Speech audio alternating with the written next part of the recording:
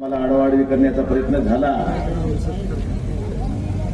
परंतु मी आवर्जून या ठिकाणी एका गोष्टीचा उल्लेख करू इच्छितो।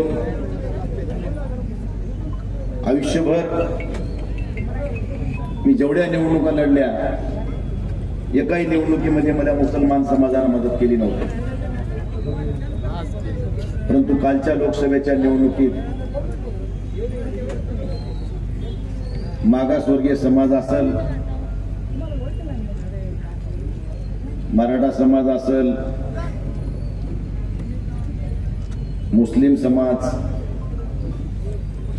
ओबीसी समाज, ओबीसी समाज म्हणलं की सगळे झाले, ओबीसी, मायक्रो ओबीसी, सगळ्याच समाजाने या ठिकाणी मला या लोकसभेच्या निवडणुकीत, म्हणून मी मुसलमान समाजाचे, मागासवर्गीयांचे आवर्जून आभार का मानले की ते कधी मला न मिळणारे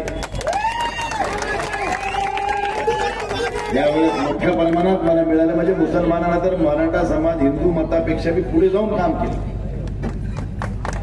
त्याचे बी आभार मानतो की त्यांच्यामुळे बी मला मोठा शेवटी बघा, ज्याचं खावं मीठ त्याचं करावं नीट। ज्यानं आपल्याला मदत केली त्याचं जग जाहीर बोललं पाहिजे की मी प्यार किया तो डरना क्या। अरे मला ह्या संसदेमध्ये पाठवण्यासाठी ज्यांनी ज्यांनी योगदान दिले त्या सगळ्या समाजाचा नामोल्लेख मी एवढ्यासाठीच केला की सगळ्यांनीच मला मदत केली, पण विशेष मदत कोणाची झाली ती मराठा, मुस्लिम आणि मागासवर्गीय। लपून नाही ठेवायसारखं। आणि त्यानंतर ओबीसी समाजाची सुद्धा झाली, पण जेवढी व्हायची तेवढी नाही झाली। जशी मागच्या 2 निवडणुकीत मला झाली होती त्यांचे बी मी उपकार कधी आयुष्यभर विसरणार नाही, कारण मागच्या 2 लोकसभेच्या निवडणुकात त्यांनी मला भरघोस मताने निवडून दिल्या। सगळ्या सोयऱ्याच्या राजकारणात पेटलं होतं सगळं, तेव्हा त्या लोकांनी मला सांभाळलंय।